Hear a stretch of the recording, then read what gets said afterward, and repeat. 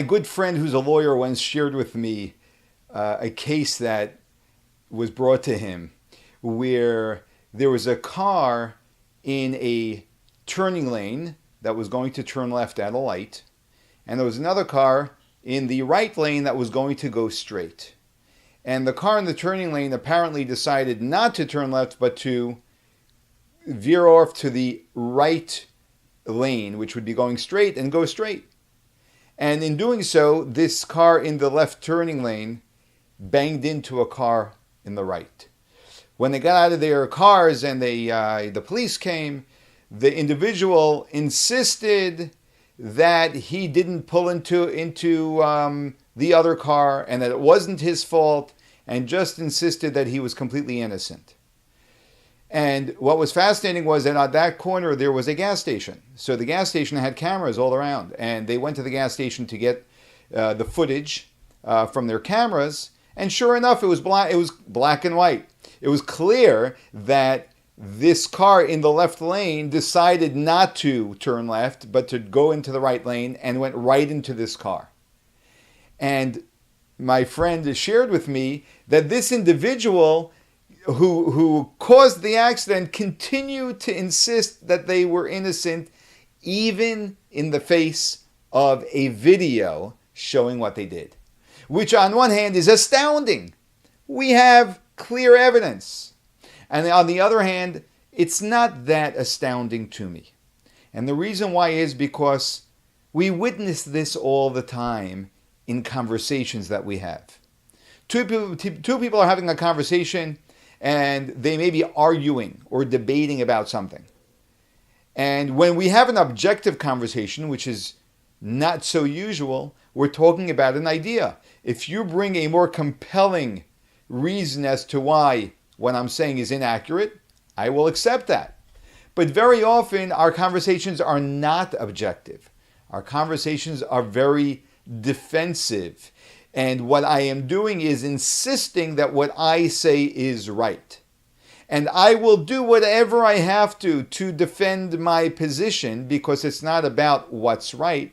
It's about me being right. And then all the evidence in the world will not make a difference. And that's why we find we'll watch two people who are debating very often, and it's clear that one person is bringing very clear evidence to their point, and the other person just won't agree. Because it's not about evidence, it's about them. We then, what do? We start accusing the other person of things which have no relevance to the conversation we're having. We make it personal.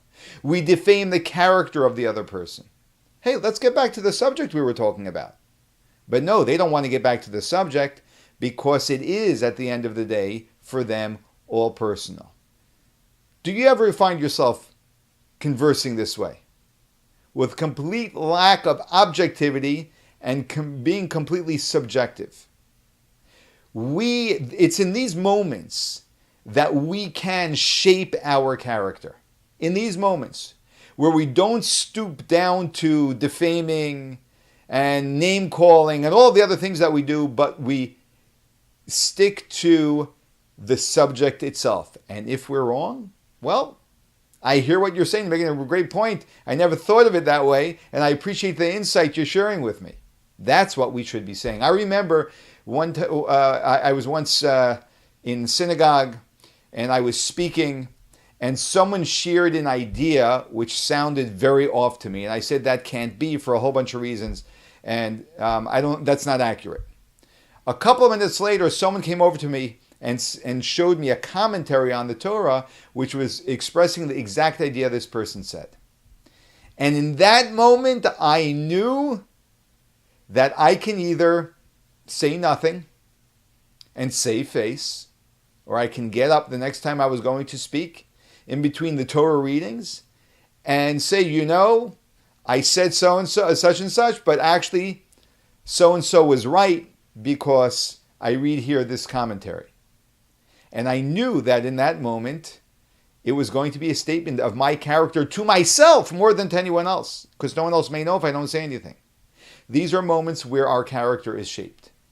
There's a historic battle that takes place in the Torah. And the battle is between Jacob, our forefather, and an angel. The angel that represented his brother Esau.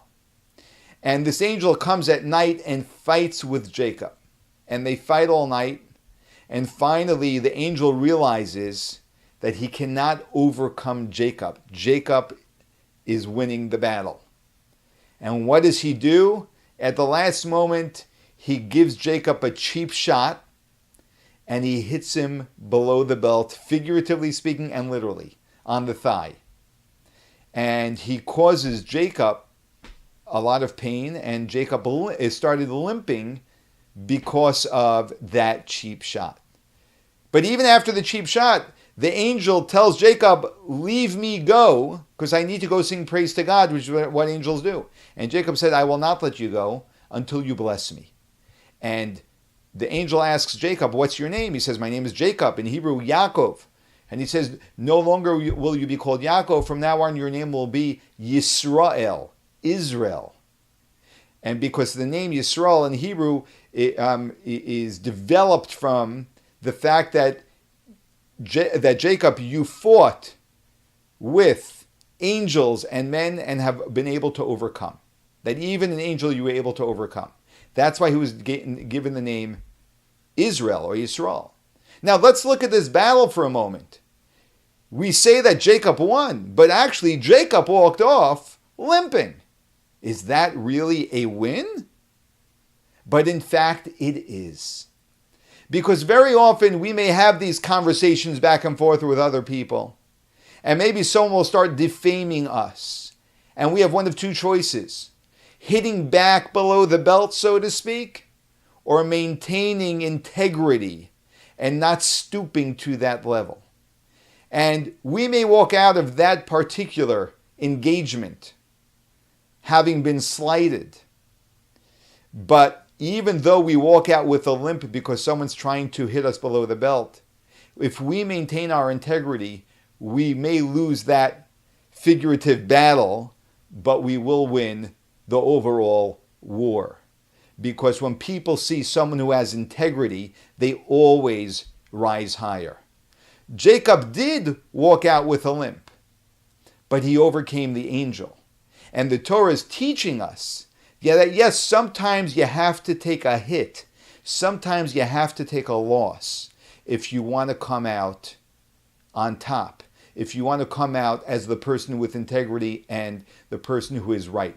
Not always do we need to defend ourselves if it means we are going to be compromising our very own value. Very often we ask ourselves, why should I do the right thing if I'm going to get hurt by it? And the answer is, very often we will get hurt by doing the right thing. But that's the short term. In the long term, we never get hurt by doing the right thing because in the long term, it will always benefit us. Just remind yourself of Jacob. You may walk out today with a limp, but tomorrow your back will be standing much straighter than the other person.